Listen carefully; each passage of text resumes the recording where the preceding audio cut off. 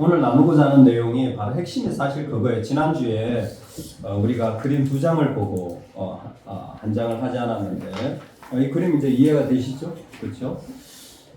점진적이고 유기적이고 구속사적으로 우리의 인생이 흘러가고 있다는 거 기억하시죠? 정말 가장 중요한 어떤 패러다임들을 우리 가운데서 이렇게 두 가지로 그렇죠? 이렇게 설명해 주고 있다는 것 한번 좀 보고 지나가면 좋겠고요.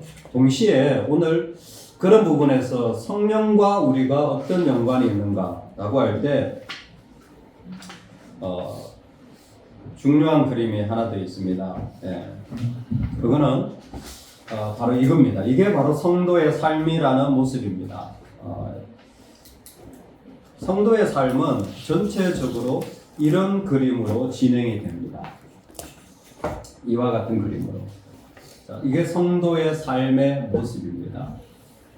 자, 성도의 삶의 모습은 하향 곡선인가요? 아니면 직선인가요? 아니죠. 상향 곡선입니다. 성도의 삶은 상향 곡선이에요.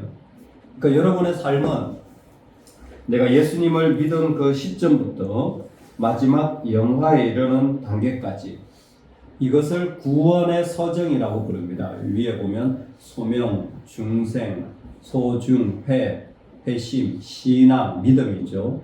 칭의, 수양, 성도의 견인, 영화에서 소중의 신, 싱수, 성견령에서 9단계가 있습니다.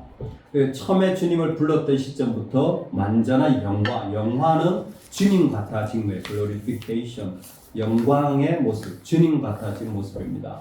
영광의 모습은 천국에서 이루어지는 거죠. 그 전까지 우리는 믿음으로 말미암아 성화의 과정을 걸어가고 있습니다. 이게 성도의 삶의 전체 과정에 일어나는 구체적인 모습이에요.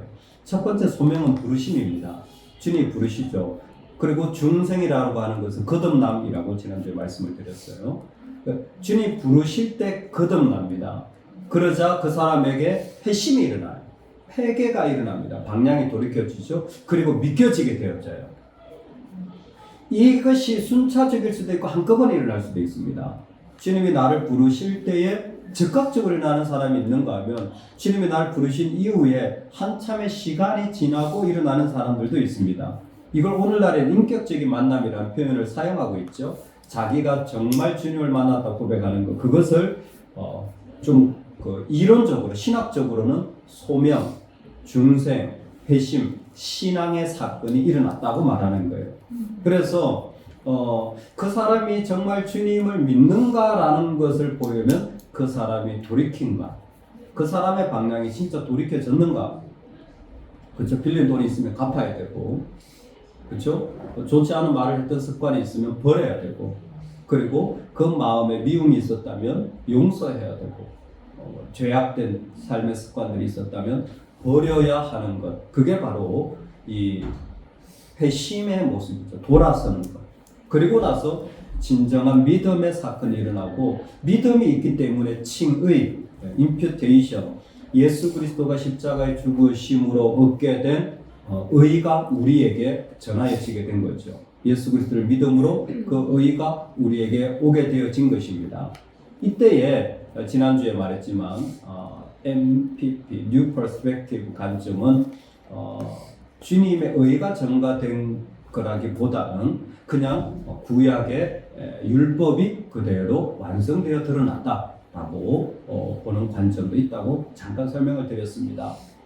그리고 칭의 다음에 이 사람이 이제 수양, 즉 자신이 그 가운데서 개발되어지고 더 훈련되어지는 것을 수양이라고. 지금 우리가 하는 과정도 수양의 하나입니다.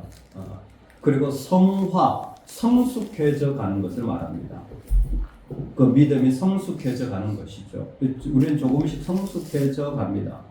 그래서 성숙을 위해서 수양의 단계가 반드시 좀 필요한 것 같아요. 그냥 성숙은 일어나지 않습니다. 우리가 결단하고 의지적으로 그 다음에 이렇게 다시 공부하고 또 훈련하면서 직접적으로 나가면서 루터가 이런 말을 했습니다. 성도의 회심은 지갑이 회심하기 전까지는 회심이 아니다. 루터가 한 말이에요. 그러니까 내 재정, 이 세상의 만몬에서 내 마음이 딱 돌이켜지지 않는 회심은 진짜 회심은 아니다. 그러니까 여러분들이 제일 내 믿음을 점검해 보기 가장 좋은 것은 이 세상에서는 저는 돈이라고 생각합니다. 돈을 내가 어떻게 처리하는가, 돈을 어떻게 상대하는가가 내 신앙을 견주어볼 때 아주 중요한 거예요. 요즘 교권에 대한 이야기를 많이 하는데 제가 간단한 답을 줬어요. 뭘 그 교권 그렇게 얘기하느냐. 교사들 월급 연봉 1억 교권 다 해결됩니다. 아무 문제 없이 해결돼요. 뭐 그렇게 복잡하게. 코로나 시절에 정부가 진 빚이 500조랍니다. 500조. 우리나라 한 해 예산이 한 670조 되거든요. 코로나 기간에 우리가 뭐 보정을 했잖아요. 500조라는 거예요. 아, 정말 많이 빚을 졌죠. 한 50조만 교육계 풀어보세요. 50조. 어마어마한 돈입니다. 교사 연봉 1억씩 한 30년 줘도 될 돈이에요. 인구 확 달라져요. 선망의 대상이 되어집니다. 함부로 대하지 않아요. 여러분 만약에 의사들 월급을 3천만 원을 줄여보세요. 애들 의대 가나? 지금처럼 의사 되고 싶어 하나? 세상은 분명해요. 의사 월급 3천만 원인데 내 아이 의대 가고 싶어 한장할 애들이 있을까요? 저는 없다고 생각합니다. 진짜 나이팅게일의 뭐 그런 간호의 뭐 그런 마음, 의료의 마음 있는 소수 외에는 무슨 최저 시급 받으려고 의대가 그럴걸요? 의사 기본급이 아시죠? 1억 5천에서 2억이에요. 기본급이. 네. 그래도 못 구하는 지방의 병원 허다합니다. 그러니까 의대 가려고 하는 거예요. 돈이에요, 돈. 근데 이 세상을 살아갈 때에 우리의 신앙의 여정이 사실 같이 있는 거죠. 그리고 견인이라는 것은 견인차라는 거 들어보셨죠? 우리가 견인카 오잖아요. 마찬가지로 견인이라는 말은 것은 이끌다라는 거예요. 성화가 있는 속에서 우리의 삶은 이끌어지게 되어집니다. 어디로? 영화의 단계로. 그래서 성화를 하는 사람들을 하나님은 계속 이끌어서 완전한 영화는 우리가 죽음의 순간 이루어집니다. 주님을 만날 때 완전한 영화, 주님같이 되어지는 거죠. 얼굴과 얼굴을 맞대어 볼 수 있는 이 영화의 단계가 바로 그때 이루어지게 되어집니다. 자, 이게 성도의 인도하신 9가지 단계입니다. 소중해신, 칭수, 성견령, 이렇게 소중, 회신, 칭수, 성견령, 네, 9개 맞죠? 네. 네, 소중해신, 칭수, 성견령. 저는 이렇게 배웠는데 하여튼 여러분들 편하신 대로 해서 9단계 같이 한번 소중해신, 칭수, 성견령, 다시 한번 소중해신, 칭수, 성견령. 예, 요게 우리 구원을 받은 백성이 일생 동안 일어나는 과정을 딱 정리해 놓은 겁니다. 참 소중하죠. 하나씩 묵상해도 참 좋을 것 같습니다. 자, 그런데 제가 오늘 강조하고 싶은 건 이겁니다. 자, 그래프가 보시면 우리의 일생이에요. 우리 일생이 이렇게 정을 따라서 쭉 올라가잖아요. 근데 우리가 어떻게 이렇게 할 수 있냐면 우리가 도를 닦거나 열심을 내거나 선교를 하기 때문이 아니에요. 그건 모두 은혜에 대한 반응일 뿐입니다. 중요합니다. 우리가 섬기는 것은 은혜의 반응이지 내 믿음을 성숙해 하는 게 아니에요. 은혜에 대한 반응이어야 돼요. 그래서 제일 나쁜 봉사가 어떤 봉사냐면 격려와 인정이 필요한 봉사. 우리는 인간인지라 격려와 인정이 필요합니다. 근데 격려와 인정이 요구되어지는 봉사자는 제일 사실 힘든 봉사자예요. 마음 같아서는 안 하시는 게 도와주는 겁니다. 왜? 일을 더 만들어요. 더 힘들게 해요. 봉사는, 섬김은 은혜에 대한 감사예요. 그러니까 섬기면서 내가 더 은혜가 돼야 돼요. 섬기면서 내가 더 감사해야 돼요. 그게 본질입니다. 그래서 봉사는 사실 상당히 높은 차원의 신앙행위입니다. 상당히 높은 차원의 신앙행위예요. 그것을 할 수 있는 사람. 우리가 어떻게 봉사해서 신앙이 성장하는 거 아닙니다. 다시 말씀을 드립니다. 어떻게 내 신앙이 이렇게 곡선을 두 가지 때문에요. 하나는 성령의 인도하심. 성령의 인도하심이 있기 때문에 성령 하나님이 우리를 도우고 여기서부터 여기까지 인도하시기 때문에, 그리고 두 번째는 예수 그리스도의 중보기도. 이때 가운데 중자입니다. 예수님이 우리를 위해 보좌 우편에서 기도해 주시고 예수님의 기도가 강력하기 때문에 우리의 신앙이 이 어둠에 죄악된 사단의 그리고 세상의 이야기들 속에서 신앙은 반드시 이루어집니다. 자, 성령의 인도하심, 예수 그리스도의 중보기도, 이 두 가지 중에 우리가 하는 거 있나요? 없죠. 우리가 하는 거 없습니다. 즉, 우리 신앙의 성숙은 하나님이 하시는 일이에요. 하나님이 하시는 일이에요. 이것을 믿는 게 참 중요합니다. 참 중요해요.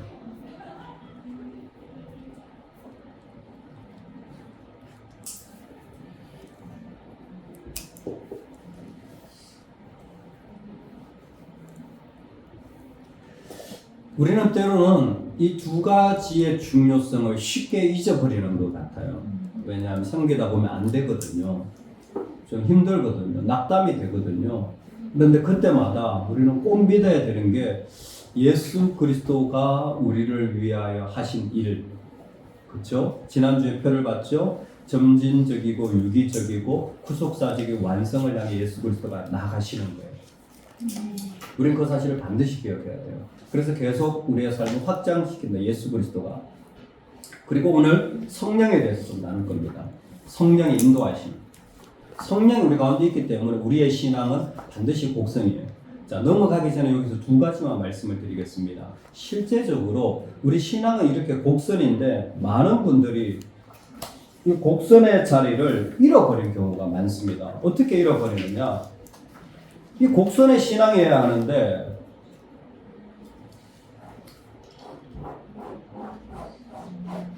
그렇게 왔다 갔다 하는 신앙생활을 많이들 하세요. 이런 패러다임의 신앙생활을 하세요. 즉, 은혜가 있으면 올라가고 은혜가 떨어지면 내려가고 또 은혜가 있으면 올라가고 또 은혜가 떨어지면 내려가고. 그렇죠? 나예요? 이게 뭐냐? 주유소 신앙이에요. 기도할 때 이렇게 하시더라고. 오늘 주일날 은혜를 가득 받아 한 주일 동안 승리하게 하여 주시고, 그 주일날 기름 채워가지고 한 주 동안 쓰겠다는 거죠.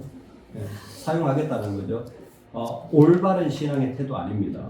물론 주일날 은혜를 주십니다. 근데 하나님 날마다 은혜를 주실 뿐만이 아니라 신앙이 이와 같이 왔다 갔다 한다면 이 사람이 꼭 알아야 되는 게 있어요. 그게 뭐냐면 이럴 수는 있습니다. 이럴 수는 있어요. 근데 이게 이렇게 된다라는 사실을 신뢰해야 됩니다. 이해되세요? 왔다 갔다 할 수 있어요. 기질적으로나 상황적으로나 내가 갖고 있는 삶의 모습이. 근데 훈련이 되어진다면 이 모습이 작아지겠죠. 그러나 이런다고 할지라도 전체적으로 나는 지금 뭐예요? 올라가고 있는 거예요. 주님이 나를 세워가고 있음을 신뢰해야 됩니다. 그 뭐가 다르냐? 이런 사실은 자신이 그렇지 못하다는 걸 알기 때문에 믿음으로 외에는 이걸 고백하는 게 불가능해요. 내가 지금 다운되어 있는데. 그런데 놀랍게도 믿음으로 고백하잖아요. 이 자리를 통해서 이 사람은 성숙해 나가요. 근데 이 패러다임이 없는 사람은 항상 이래. 항상 이래. 그래서 여러분 정말 이런 말들은 서로 교회에서 하지 않도록 주의하세요. 나 오늘 좀 다운됐어. 항상 이래가 네? 항상 똑같은. 이렇지 않으면 항상 그 다시 하는 거예요. 아, 오케이. 요거 말이죠. 네. 질문이 제가 이해를 하느라고. 자, 어떤 사람은 항상 나는 왔다 갔다 하다고 생각하는 사람들이 있어요. 그 사람들이 많이 하는 말들은 오늘 다운됐다라는 말이에요. 항상 나는 이렇다고 생각하는 거예요. 나는 그냥 항상 이래. 오늘 좀 다운됐어. 오늘 좀 좋네. 오늘도 좀 다운됐어. 요즘 내가 다운돼가지고 힘들어. 여러분, 믿음 없는 사람입니다. 근데 제일 많이 이런 얘기를 많이 하시는 분이 누구냐면 교회 오래 다니시는 분들. 우리 한국 교회에 가장 많이 고쳐야 될 부분이 뭐냐면 예수 그리스도의 중보와 성령의 인도하심이 사라집니다. 하나님이 역사하시는 건 사라지고 전부 자기 열심만 남은 거예요. 자기 열심은 반드시 다운이 있습니다. 해보세요. 어떻게 하나님의 일을 우리가 할 수 있단 말입니까? 그냥 며칠 못 가고 퍼져요. 그건 어쩔 수가 없는 사실. 근데 다운됐다는 말 자체가 이 패러다임에 찌들어 있어요. 근데 의외로 권사님들이 얘기 엄청 많이 하세요. 제가 주의를 주는데도 왜? 그거는 우리 안에 우리를 인도하시고 우리를 기도해 주시는 성령 하나님과 예수 그리스도에 대한 사실은 거절이나 마찬가지예요. 근데 이게 없느냐? 있다니까요. 있을 수 있어요. 다만 우리는 그 패러다임이 올라가야 되는 거예요.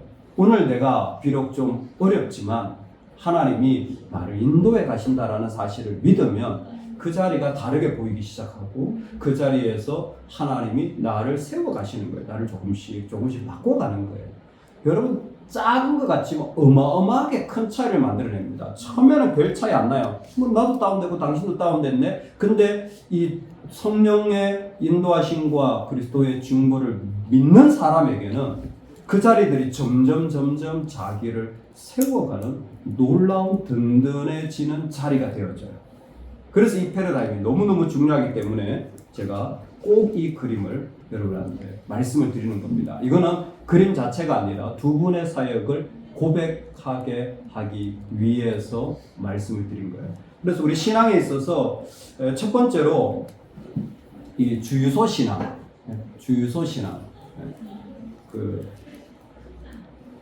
좋았다 힘들었다 이렇게 하는 그 신앙, 업다운 신앙은 꼭 좀 우리가 조심해야 될 필요가 있는 것 같습니다. 그리고 업다운돼 있다면 역시 가다가 멈추는 신앙도 있습니다. 좀 하다 보면 꼭 멈춰요. 이 사람들은 항상 어려움 속에서 살아가요. 제가 달필이라 잘 못 알아보시겠죠? 어려움. 제가 크게 써드릴게요. 여러분, 어떤 사람이냐면 항상 어려운 가운데 살아가는 사람이었어요. 주님에 대한 신뢰가 전혀 없습니다. 그러니까 항상 어려워. 제가 우리 교회에서 크게 깜짝 놀란 적이 있어요. 어떤 공동체가 수련회를 갔는데 거기에 초신자가 오셨어요. 기도 제목을 나누는데 이 초신자가 놀란 거예요. 왜 놀랐겠어요? 기도 전부 우울한 겁니다. 기도 제목이 전부 우울한 거예요. 교회 다니는 분들이 이게 익숙해요. 나 이게 힘들고요. 내 마음이 이렇고요. 남편이 이렇고 시댁이 어떻고 전부 우울한 거예요. 근데 이 새신자가 아니 예수님 믿으면 좋은 거 없어요? 왜 기도 제목이 전부 우울해요? 여러분, 기도 제목에 왜 감사가 없나요? 기도 제목에 왜 즐거움이 없나요? 왜 기도 제목이 전부 어려운 것만 해야 되죠? 근데 의외로 말만 하면 어려운 것밖에 안 보이는 사람이 있어요. 조심하십시오. 그 사람은 갖다 썼다 합니다. 그냥 보세요. 보면 갖다 썼다 해요. 왜 그럴까요? 역시 이 두 가지에 대한 신뢰가 없기 때문에 그래요. 이 사람은 철저히 자기밖에 보지 않아요. 철저히 자기밖에 보질 않아요. 인간이죠. 저는 안 믿는 문화에서 자라서 이런 걸 많이 봤어요.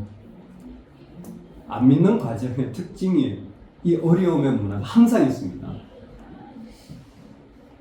돈 없는 사람 항상 돈 없어. 이상하죠? 하늘 자매님 네. 돈 좀 있으세요? 없어요? 좀 빌려줘봐요. 윤정 자매님 돈 있어요? 없어요? 제가 놀란 게 뭐냐면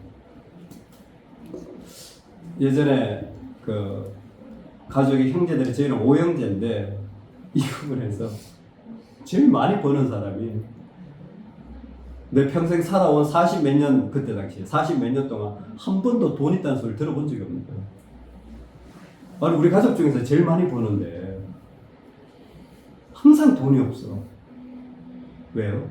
없는 것으로만 살아가기 때문에. 자기로만 살아가기 때문에 그래요. 그게 안 믿는 사람의 특징입니다. 근데 우리도 그럴 수가 있어요. 우리도 믿음이 없어서 주님이 안 보이고 나한테 없는 것만 너무 잘 보여. 난 몸이 아프고 나는 마음이 어렵고 나는 도와주는 사람도 없고 나는 애도 말을 안 듣고 없는 것만 보여. 주여, 아니 왜 주님이 계신데 왜 주님은 안 보이지? 주님이 날 구원해 주셨다는데 그 감사는 어디 갔지? 날마다 감사해도 부족한 게 우리 구원이라고 할 수 있는데 만나면 어려워. 그래서 저는 너무 어렵게 말하는 사람들은 홈페이지에 글, 페이스북에 글도 안 봅니다. 한두 번 이해가 돼요. 한두 번 이해가 돼요. 근데 날마다 뭐 어려운 얘기를 자꾸 적어. 그럼 끊어버려요. 본인은 몰라 내가 소식 안 받는지. 근데 저는 그게 믿음이 아니라고 생각합니다. 믿음은 그리스도의 중보 기도와 성령의 인도하심이 믿음이에요. 우리 아는은요. 제가 100명에게 물어볼게요. 돈 있는 사람. 없어요. 정리 있으면 돈 좀 있으세요? 됐어. 예? 제가 관리하지 않기 때문에. 아, 그럴 거예요. 아니, 물어보세요. 가정에 문제 없는 가정 있나? 물어보세요. 가정에 문제 없는 가정이. 현주 집사님, 가정에 문제 없죠? 왜 대답 크게 안 해요? 그쵸? 네. 진우자매는 모든 사람과 다 관계 좋죠? 네. 항상 모든 문제. 아니, 문제 없는 가정이 있어요? 저는 못 봤어요. 저한테 데려와 보세요. 어느 가정이. 어머, 저 장로님 가정은 좋겠어요. 제가 진짜 말을 못해서 그렇지. 말을 못해서 그렇지. 그분은 감당하지 못할 아픔들이 얼마나 많은데요. 그 사람 보이는 거하고는 달라요. 그 안에 얼마나 뭐 대단한 사람 저는 만나봐도 그 아픔을 어떻게 알겠습니까? 팀켈러 목사님 모르는 분 있나요? 못 들어본 분 있나요? 한 번쯤 들어보셨죠? 미국의 리딩목교회 세계적인 석학이시면서 사역자시고 얼마나 복음의 영향을 강력하게 주셨습니까? 그리고 팀켈러 목사님 얼마나 부부가 좋은지 정말 한국에서 그러면 진짜 욕먹을 것 같아. 그분 설교 2번 들으면 한 번은 꼭 사모님 얘기가 나와. 우리 아내 캐시가 이렇게 얘기했는데요. 그리고 설교를 해요. 항상 아내 말을 따라 설교를 해요. 그리고 사모님 실제로 신학을 하셨고 신학교 성적이 목사님보다 더 좋아요. 똑똑하시죠. 네. 그래도 그렇지 우리나라 같았으면 아마 목사님 사모님 자랑 그만 좀 하세요 이럴 것 같아. 내 얘기는 맨날 그냥 아주 그냥 내 아내 캐시가 부부가 그렇게 사이가 좋아요. 두 자녀 참 믿음이 좋아요. 얼마나 감사해요. 근데 그 동생이 게이예요. 팀켈러 동생이 게이예요. 에이즈로 죽었어. 아니 그 아픔을 어떻게 설명할 수 있겠어요? 나는 복음을 외치며 사역하는 내 동생은 동성애자 생활을 한다라는 걸 집에 갈 때마다 그리고 그 아이를 붙잡고 그 아이가 신앙생활 안 한 것도 아니에요.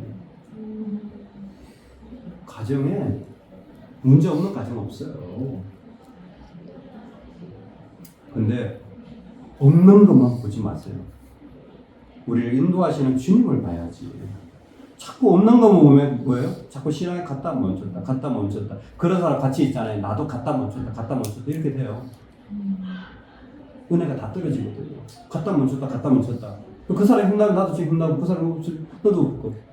완전히 이건 너무 안 좋은 관계예요. 너무 안 좋은 관계예요. 근데 제일 이런 사실 주요소 신앙보다 더 힘든 게 없는 어려움의 사람들이 청년들이나 애들하고 있잖아요. 믿음을 완전히 오염시킵니다. 왜곡시켜버려요. 주님에 대한 신앙 고백이 아니라 감정적인 신앙 고백으로 만들어버려요. 되게 위험한 신앙을 만들어버립니다. 우리가 이런 부분에서는 우리의 신앙의 패러다임을 제가 철저히 구원부터 영화에 이르는 단계까지로 구별해서 우리 자신을 세워가는 게 너무너무 중요하기 때문에 이 패러다임 꼭 드립니다. 그래서 여러분이 신앙생활에 나갈 때 예수 그리스도를 믿으시고 그리고 예수 그리스도의 사역과 더불어서 이제 성령의 사역에 들어갈 때 꼭 이 두 가지만큼은 기억하셨다가 우리 신앙생활을 이렇게 지혜롭게 해 나가시면 좋을 것 같아요. 예, 그럴 때 오늘 성령의 사역 세 가지를 좀 같이 나누겠습니다. 성령은 어떤 분입니까? 성령에 대한 설명은 하지 않아도 여러분이 다 많이 들어보셨던 그런 분입니다. 성령은 그 이름 자체가 보혜사이십니다. 보혜사는 돕는 자, 기묘자라 모사라라고 할 때 돕는 자라는 건 카운셀러라는 뜻이 있습니다. 상담가라는 뜻과 헬퍼라는 부추겨주는 분으로 우리 기본적으로 성령 하나님을 소개할 수 있겠습니다. 그럴 때에 성령 하나님에 대한 세 가지 아주 중요한 이해만 세 가지만 딱 오늘 나누겠습니다. 첫 번째, 성령 하나님은 구원의 영이십니다. 성령 하나님은 구원의 영이세요. 성령은 구원의 영이세요. 예수님이 우리의 구원자시죠. 근데 예수 그리스도를 죽음에서 일으키신 분. 예수님 십자가에 죽으셨잖아요. 그리고 부활하셨잖아요. 죽음의 상태는 아무 힘이 없는 상태입니다. 반드시 기억하셔야 돼요. 이거 의외로 이렇게 오해하시는 분들이 있더라고요. 예수님이 죽으셨다가 예수님이 자기 힘으로 살아나셨다고 생각하시는 분들이 많아요. 아닙니다. 예수님이 죽으신 건 죽음의 상태 그 자체. 아무 힘도 없어요. 근데 by the power of Holy Spirit이에요. 로마서 8장에 죽은 자를 살리시는 이가 성령입니다. 로마서 8장이 말해주는 거예요. 로마서 8장 11절, 12절 예수를 죽은 자 가운데서 살리시니 라고 성령을 분명하게 소개하고 있어요. 그러니까 예수님은 죽으셨어요. 근데 예수님을 살아나게 해 부활해 해주신 분이 바로 성령이에요. 그러니까 성령은 부활의 영인 거죠. 그렇게 말하면. 그래서 구원의 영이라는 것은 살아나게 하시는 이라는 의미입니다. 그러므로 첫 번째 정의에서 성령 충만이라고 말할 때 이 사람이 정말 성령 충만한가는 살아나는 거예요. 무슨 은사를 말하는 게 아닙니다. 은사도 가능합니다. 이거 나중에 좀 더 설명드리겠습니다. 핵심은 뭘 받았느냐가 아니라 살아나는 거예요. 이게 성령 충만이에요. 성령 충만한 사람은 항상 살아있어요. 없어요. 어려워요. 근데 항상 살아있어요. 이게 성령 충만이에요. 여러분 누군가 같이 있을 때 성령의 사람 잘 구별하셔야 돼요. 성령의 사람 어떤 사람입니까? 같이 있으면 내가 살아나는 사람. 성령 충만한 사람. 그 사람 있으면 살아나는가? 그 반대도 있습니다. 사람을 죽이는 사람도 있어요. 그럴 수 있습니까? 그럴 수 있습니다. 그래서 저는 꼭 말씀을 드려요. 개척하기 전에 개척한다고 목회를 한다고 성경 공부를 좀 해보세요. 사람들이 살아나는지. 아니 했는데 죽어 점점. 똑똑은 해. 막 비판도 잘해. 근데 죽어. 그러면 하면 안 돼요. 그러면 사람을 모아서 점점 죽이는 거예요. 있던 은혜도 그냥 다 사라지게 하는 거예요. 섬기려고 갔다가 낙심되어지는 경우도 있어요. 살리는. 내가 갔는데 내가 똑똑한 거 아무 문제 안 됩니다. 여러분 그거 가지고 섬기면 안 돼요. 교사로 섬긴다? 살려야 돼요. 내가 있는데 같이 섬기는 자들이 살아나야지. 내가 그게 죄가 아닌 것 같은데요. 옆에서 조용히 꼬집어 주세요. 똑똑하다. 살아나야지. 성령의 사역은 살아나는 사역이에요. 여러분 애들하고 있어 보세요. 말로 애들이 살아납니까? 아니요. 쉽지 않습니다. 진짜 사랑하고 막 섬겨야지. 그래서 사실 살아나는 원리는 두 가지예요. 말씀과 기도입니다. 내 자신이 말씀과 기도가 충만하면 그 사람의 영이 살아있어요. 성령으로 가득하기 때문에 그와 같이 있는 자들은 이렇게 살아나게 되어지는 거죠. 그래서 성령은 살아나는, 살게 하시는 영입니다. 이게 너무너무 중요한 거예요. 성령은 살아나게 하시는 영이다. 구원의 영입니다. 두 번째, 성령은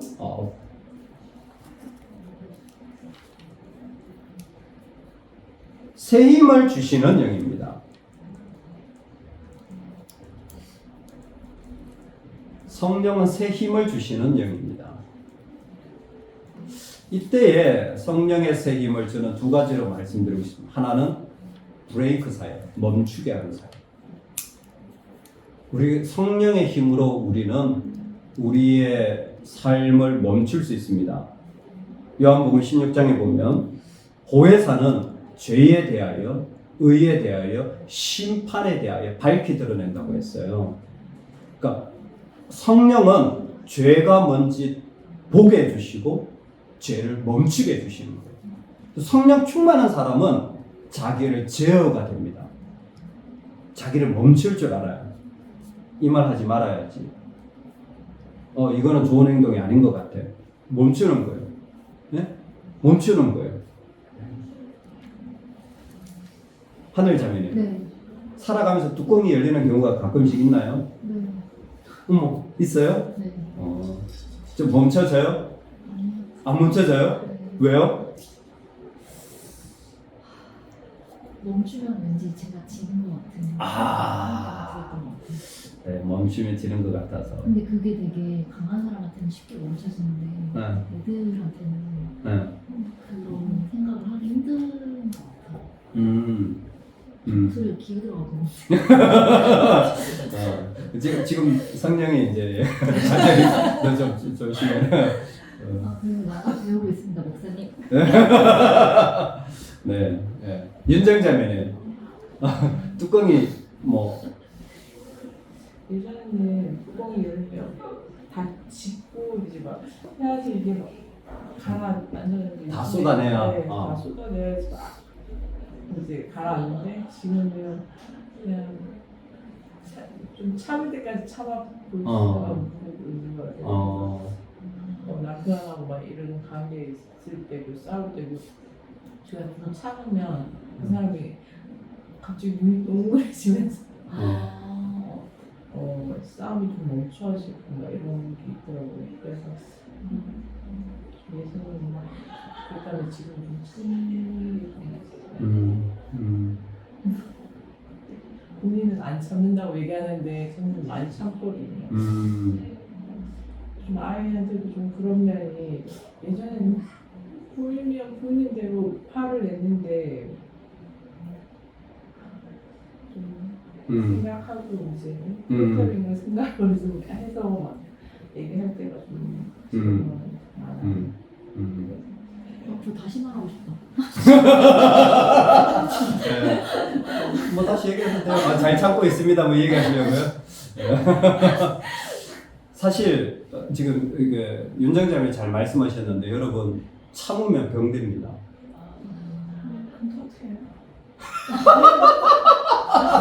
지금 들으셨어요? 그러면 터뜨려요. 말은 나오시는데 그러면 터뜨리면 안 되고 참는 게 아니라 성령이 나를 멈추게 하셔야 돼요. 이게 무슨 얘기냐면 참는 건 내 감정을 억누르는 겁니다. 근데 그거는 내 안에 쌓이게 되어져 있어요. 그리고 그건 깊은 감정의 골을 만들어내요. 근데 성령으로 브레이크를 한다는 것은 내 힘이 아닌 외부의 힘으로 내가 굴복하는 겁니다. 내가 당신에게 굴복하겠습니다. 이게 브레이크 사역이에요. 성령의 제어는. 그래서 죄에 대해서, 여러분, 죄에 대하여 우리는 굴복 안 하는, 우리는 죄를 사랑합니다. 우리는 죄를 원해요. 죄가 문 앞에 우리가 초청합니다. 우리가 원했기 때문에 죄가 오는 거예요. 죄는 그냥 지어지는 게 아닙니다. 어머, 저는 가만히 있었는데요. 어머, 그냥 뱀이 와가지고요, 저를 깨웠어요. 그래가지고 그놈이 잘못한 건데요. 아니요. 하나님의 말씀을 버렸기 때문에, 그리고 죄의 소욕의 마음을 열었기 때문에 죄가 오게 되어집니다. 제가 아니고요, 저 여자가 줘가지고 이런 추기놈이지. 지도 원했으면서. 죄는 우리가 원해서 오는 겁니다. 그게 우리 죄인의 특징이에요. 모든 죄는 내가 원하는 거예요. 자꾸 누가 이렇게 얘기하지 마세요. 그런데 그 죄의 소욕을 멈출 수 있는 건 거의 나를 버리는 것과 똑같아요. 왜냐하면 내가 죄인이기 때문에. 나를 완전히 버리죠. 근데 성령은 그 소욕을 완전히 끊도록 역사하시는 거죠. 그 순간에. 그 순간에 우리를 생각나게 하시고, 우리로 하여금 그 주님을 보게 하시고, 우리로 하여금 그 주님의 인도하심을 받게 하셔서 순간적으로 그 찰나, 아니면 그 인생 전체를 통하여서 계속해서 성령은 우리 가운데서 죄에 대해서, 그리고 무엇이 옳은지 의에 대해서, 심판에 대해서 바라보게 하심으로 우리를 멈추게 하시는 겁니다. 성령의 첫 번째 브레이크 사역은 너무너무 중요합니다. 두 번째가 새 힘을 주신다고 했을 때 인파워링 사역이에요. 인파워링이라고 하는 것을 능력 부여라고 말할 수 있습니다. 새 힘을 주시는 거예요. 그래서 성령은 실제로 살아 계셔서 내 육체가 약한데도 성령의 능력으로 일어나는 경우가 많습니다. 예배를 드리고 나면 힘이 막 솟고 마음에 기쁨과 새로운 안목과 그리고 지혜가 막 일어나는 거 다 새 힘을 주시는 인파워링 사역. 성령은 지금도 자신의 힘을 우리에게 허락해 주시는 거예요. 그래서 그 힘으로 살아갈 수 있도록, 왜 우리도 성령의 사람이기 때문에 그래요. 예수 그리스도로 구원받았다는 거, 이미 성령의 영이 우리 안에 있잖아요. 그래서 누구든지 예수 그리스도를 주라 하는 자마다 성령이 그 가운데 있다고 고린도서에 말씀해 주셨잖아요. 성령으로 아니하고는 누구든지 예수를 주시라 할 수 없느니라. 성령이 있어요. 그래서 성령 우리에게 그 자신의 힘을 허락해 주십니다. 그래서 성령은 새 힘을 주세요. 성령은 우리 가운데 구원의 영으로 살게 해주시고, 동시에 새 힘을 주셔서 우리를 멈추게 하시고 또 다른 능력을 허락해 주시고, 이 두 가지 우리 가운데 계속 하시는 겁니다. 여러분, 이것이 성령의 사역이 필요한 거예요. 기독교 역사에 참 안타까운 게 유대인을 학살한 독일이 기독교 국가였잖아요. 그리고 십자군 전쟁, 그리고 미국의 인디언들을 쫓아내는 이런 학살한 일들, 그 모든 것들을 보면서 성령이 얼마나 중요한가. 왜? 그 모든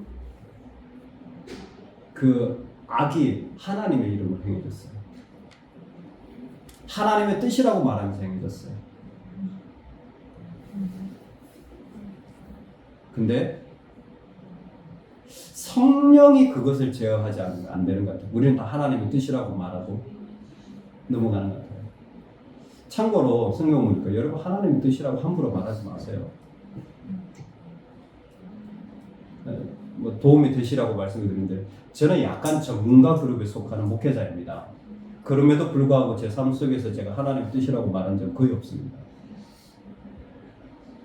저는 성경을 설명해서 하나님의 뜻을 전하는 사람에도 불구하고 그거 외에 제 생활 속에서 이게 하나님의 뜻이야 라고 확정지어 말하는 경우 거의 없습니다. 예를 들어서 미국에서 목회를 그만둘 때, 한국으로 개척하려고 올 때 성도님들 울었어요. 물론 제가 잘생겼으니까. 근데 그게 제가 전도한 세 가족은 그랬어요. 목사님 한국에 안 가서 제가 예수 믿겠습니다. 한국에 가시면 저 교회 안 다닙니다. 그분하고 제가 친분, 제가 정말 오랜 시간 친분 관계 속에 전도했거든요. 정말 쉽지 않은 분이었지만 그분의 마음 열고 딱 한 주 나오는데 내가 그 주로 사임하게 됐어요. 저는 한국에 대한 부르심이 있었고 제가 그분에게 그게 하나의 뜻입니다. 저는 그런 말 안 했어요. 할 수도 없습니다. 저는 교회 사임을 하면서도 제가 가야 될 것 같습니다. 그렇게 하지 이게 하나님 뜻입니다. 그럼 어떻게 되는 상황이 벌어지는 줄 아세요? 잘못을 회피하는 거. 아니요. 여기 있는 사람은 하나님 뜻이 아닌 거예요. 아니요. 이것도 하나의 뜻이 이분들도 하나님이 사랑하는 하나의 백성들이에요. 그럼 개척 이것도 하나의 뜻이죠. 그러니까 너무 확정적으로 하나의 뜻이라고 말할 때 우리를 이면에 수없는 이야기. 아니 저는 한국 와서 정말 많이 울었어요. 그분 때문에. 하나님 그 영혼 제발 예수 믿게 해달라고. 꼭 지금 제가 막 찾아가서 성령님 제가 정말 드릴 말씀이 없습니다. 예수님 믿으시면 좋겠습니다. 강물부터 마음이 싹 약간의 배신감, 인간적인 배신감. 그래서 한국 와서 전화했잖아요. 국제 전화. 잘 계시죠? 아 목사님 염려하지 마세요. 제가 요즘 질 잘 나가고 있습니다. 너무 감사한 거죠. 근데 우리는 너무 많은 경우에 하나님 뜻입니다. 그러면 디엔드예요. 저는 할 말을 모르겠어요. 아니 하나님 뜻이라는데 내가 뭐 거기다 대고 뭐 무슨 말을 하겠어요. 그냥 네. 저도 그냥 할 말이 없어요. 근데 너무 그 얘기를 하실 때에 혹여나 우리가 성령으로 제어돼야 되지 못하는 성령으로 멈춰져야 될 일들이 다 사라지게 되어지라. 저는 별로 그 말을 안 좋아합니다. 저는 안 해요. 저는 우리 성도님들 별로 안 했으면 좋겠어요. 그냥 순종하세요. 이게 뭐 저한테 알려주신 뜻입니다. 이러지 말고 그냥 순종하세요. 그냥 하면 되잖아요. 왜 그렇게 자꾸 하나를 붙여? 그러다가 한 번이라도 이런 악행을 저지르고 이렇게 되면 하나님 실수하신 겁니까? 하나님의 이름이 망령되게 일컬어지는 거 아니에요? 저는 원하지 않습니다. 인류 기독교 2000년 역사 이런 일들이 너무 많았어요. 미국의 부시 대통령이 이라크 침공할 때 하나의 뜻이라고. 그냥 전쟁해. 왜 거기다 하나를 붙여? 지가 하고 싶으면 하면 되지. 죄송합니다. 지가 하고 싶으면 하면 되지. 미국의 힘으로 뭐 그게 아시죠? 아직 그 이라크에 결정적으로 그 독가스 발견 못했어요. 치명적인 무슨 물질이 있다라고 생물학 테러. 네, 그거 있다고 발견 못했어. 끝까지 발견. 영화도 많이 나왔잖아요. 지금도 발견 못했어요. 있었을지도 모르죠. 어쨌든 간에 그것 때문에 이라크 전을 일으켰잖아요. 아버지 부시가. 근데 거기다가 왜 하나님의 전쟁이라고 말해요? 저는 국가의 이슈는 충분히 그럴 수 있다고 생각해요. 나라마다 다 뭐 어떤 생각이 있으니까. 근데 그건 하나님의 뜻이라고 말하면 아니 그러면 이라크에 있는 백성들은 죽어야 되는 게 하나의 뜻입니까? 저는 금방 생각이 들더라고요. 그 백성들은 망해야 하나의 뜻. 저는 그렇게 생각하지 않거든요. 그 백성도 하나님 사랑하는 백성이거든요. 적어도 저한테는. 그들도 구원받아야 될 하나님의 백성들이거든요. 제가 이렇게 강조하는 이유를 아시겠죠? 제발 너무 성령으로 제어되어야 할 우리의 모습이 하나님의 뜻이라는 것으로 쉬워지지 않았으면 좋겠다. 왜 성령은 새 힘을 주시는 분이니까. 우리를 충분히 멈추게 하셔도 괜찮습니다. 여러분 성령으로 제어되는 게 축복입니다. 그게 후회하지 않아요. 절대 후회하지 않습니다. 제가 간곡히 부탁하는데 성령으로 멈추십시오. 성령으로 멈추면 절대 후회하지 않아요.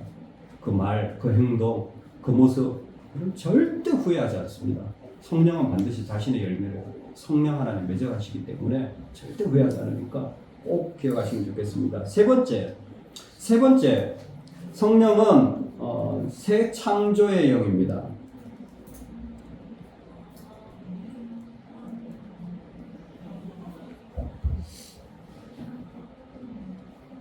새 창조의 영입니다. 왜 새 창조의 영이라고 말하냐면 성령은 창조의 영입니다. 원래 창조할 때 성령이 같이 참여하셨어요. 하나님의 영이 수면 위에 운행하시느니라. 와, 하나님의 영이 하나님이 계신데 하나님의 영 성령이 수면 위에 운행하시는 성령이 창조를 같이 하신 거예요. 그렇죠? 창조의 영입니다. 근데 성령은 창조의 영을 포함한 새 창조의 영이에요. 자, 오늘 설명의 하이라이트입니다. 우리가 예수님을 믿을 때에 성령으로 구원받았잖아요. 그렇죠? 구원의 영이라고 했죠. 그래서 구원받았잖아요. 근데 이 구원을 너무 개인과 자기에게 제한시키는 경우가 많습니다. 이건 성령에 대한 완전한 무지 때문이에요. 지금 우리가 살아가고 있는 기독교에 지금 여러분과 저의 모습 속에도 뿌리 깊이 가지고 있는 게 뭐냐면 내 믿음, 내 가정 믿음이에요. 이건 성령을 상당히 저는 폄훼하는 믿음이라고 생각합니다. 내 믿음, 예수 믿고 구원받아 대표적인 모습이에요. 우리 가정, 우리 자녀, 심지어 우리 교회. 여러분, 그 복음은 절름발이 복음입니다. 그건 절반밖에 안 돼요. 어떻게 보면 본질적인 복음도 아니라고 생각합니다. 복음은 본질적으로 새 창조의 영이에요. 내가 만물을 새롭게 하노라. 에베소 4장. 내가 만물을 새롭게, 만물 위에 충만하게 하려 합니다. 에베소 4장이 우리가 여러분 성령은 새 창조의 영입니다. 자, 여기서 두 가지를 좀 하나씩 설명해 드릴게요. 먼저 성령의 은사 부분, 카리스라는 은혜가 우리 가운데 임하면 카리스마라는 은사가 이루어지게 되어져 있습니다. 성령이 주시는 선물이에요. 그 은사는 각 사람에 따라 하나님이 필요를 따라 선물로 주시는 거예요. 그렇죠? 다양한 은사를 주신 거죠. 예를 들어서 우리 현주 집사님 미모의 은사, 그렇죠? 주셨잖아요. 그렇죠? 예쁘잖아요. 안 예쁜가요? 예뻐요. 예쁘죠? 네. 네. 윤장자매는 이거 뭐 질세라 예쁜 미모를 주셨잖아요. 아마 두 분이 풀 메이크업 하면 나도 정류장에서 몰라볼 줄 몰라요. 누구세요? 제가 무서워가지고. 이모연 집사님 돌잔치 하고 가족 행사 갔다 깜짝 놀랐잖아요. 안경 벗고 탁 렌즈 끼고 다니면서 우와 완전 다음 주일에 한번 부탁드립니다. 그 모습 완전 그쵸? 은사는 하나님 주신 거 필요에 따라서 하나님이 필요에 따라서 은사를 주시는 겁니다. 그런데 여러분 하나님이 필요에 따라서 은사를 주실 때 그 은사는 나만을 위해 주신 게 아니라 이웃의 필요를 위해 주신 거예요. 눈 정화되는 거. 눈처럼 그럼 잘 쓰셔야지. 안내하시고 예쁜 분들의 광고 좀 하면 좋겠어. 진짜로 조영래 집사님 주일날 오후에 주일날 광고 좀 하세요. 광고 뭐 CF 뭐 찍어. 너무 나간다. 아 정말 카메라를 찍어야 돼. 진짜 카메라 찍어도 좋고. 요거는 살짝 구성경에서 빠져나가는 건데 주일날 교회 소식을 제가 나누잖아요. 저는 예쁜 집사님들이 좀 편안하게. 저희도 순복음교회에서는 있었어요. 이렇게 아나운서처럼. 아 그래요? 네. 벌써 그렇게 한단 말이에요? 이번 주 소식입니다. 뭐 이러면서 이렇게 뉴스가 항상 예배가 끝나고 나면 약간 뉴스가 뉴스처럼 이쁘신. 진짜 아나운서예요. 편지가 아나운서? 네, 스피릿 아나운서 조영래 있잖아요. 자, 광고를 드리겠습니다. 아니 이렇게 같이 나누면 좋잖아요. 저는 목도 덜 아프고 듣는 분들도 새로운 분위기 속에서 들으실 수 있고 필요한 거 제가 좀 더 추가한 것 같고. 조영래 씨 한번 기대해 보세요. 네, 알겠습니다. 네, 진짜로 하면 좋겠어요. 예배를 좀 같이 섬기면 좋잖아요. 어쨌든 미모도 이웃의 필요를 위해 준 거다. 자, 여기 어떤 부분이 있냐면 여러분 우리가 일이라고 하는 거 있잖아요. 이게 요즘 미로슬라프 볼프라는 학자가 있는데 예일 대학교 유명한 그 교수예요. 유명한 교수예요. 근데 볼프의 책이 많은데 일과 성령이라는 책이 있어요. 거기에 보면 볼프가 무슨 얘기를 하냐면 그리스도인이 일이라는 게 필요하다. 일이 필요하잖아요. 근데 일만 하려고 해요. 그 얘기는 무슨 얘기냐면 잘 들으세요. 왜 일을 하라고 하냐면 내 가족에 대한 책임 때문에 그래요. 내 가족에 대한 생계 책임 때문에 일을 하려고 해요. 볼프는 신랄하게 비판합니다. 왜 일이 가족을 부양하는 도구냐? 일은 가족을 부양할 뿐만 아니라 이웃을 섬기는 통로여야 한다. 여러분 그런 생각 해보셨어요? 근데 의외로 있잖아요. 일을 하면서 이렇게 하나님 일을 할까 직장을 다니까 고민을 많이 해요. 아, 왜 그걸 고민하지? 똑같은 이야기인데. 근데 왜 고민합니까? 돈을 벌어서 내 가족 먹어야 된다고 생각하는 거예요. 돈을 벌어서 이웃을 섬긴다는 생각을 안 해요. 돈을 벌어서 이웃을 섬기겠다는 생각이 거의 없어요. 여러분 무서운 이야기입니다. 이런 복음을 계속 나눠야 될까? 아니요. 바꿔야 됩니다. 성령은 새 창조의 영이에요. 새 창조의 영은 우리에게 은사를 주실 때 이 땅을 섬기라고 주신 거예요. 이해되시죠? 그게 첫 번째 패러다임이에요. 은사에 대한 이해. 은사는 하나님이 이 땅을 섬기라고 주신 겁니다. 직장을 통해 이웃을 섬겨야 된다. 이웃의 필요를 채워야 된다. 꼭 기억해 놓으시기 바랍니다. 두 번째, 새 창조의 영은 지금도 하나님의 사람들을 부르십니다. 이 부분이 아주 중요한데 루터가 그리스도인의 자유라는 책을 썼습니다. 아주 얇은 책인데 거기에 보면 루터는 사람을 이해할 때 그 사람과 속 사람을 이해해요. 성경에는 그 사람 속 사람. 그 사람은 후패하는 속 사람 날로 새로워진다 있잖아요. 그래서 속 사람의 새로워짐에 집중하게 되어져요. 이것이 그리스도인의 삶이라고 생각되어집니다. 이게 우리 뿌리 속에 깊이 들어와 있어서 잃어버린 게 뭐냐면 그 사람의 새로워짐이에요. 속사람 우리 영혼이고요. 그 사람 이 세상을 말하는 거예요. 여기에서 잘못 우리가 조금 바꿔야 되는 게 하나님이 우리를 부르신다고 했잖아요. 여러분 콜링이라고 하는 소명이 원래 보카티오라는 말인데 하나님이 우리를 부르신다. 자, 교회를 오래 다닌 분들에게 딱 나옵니다.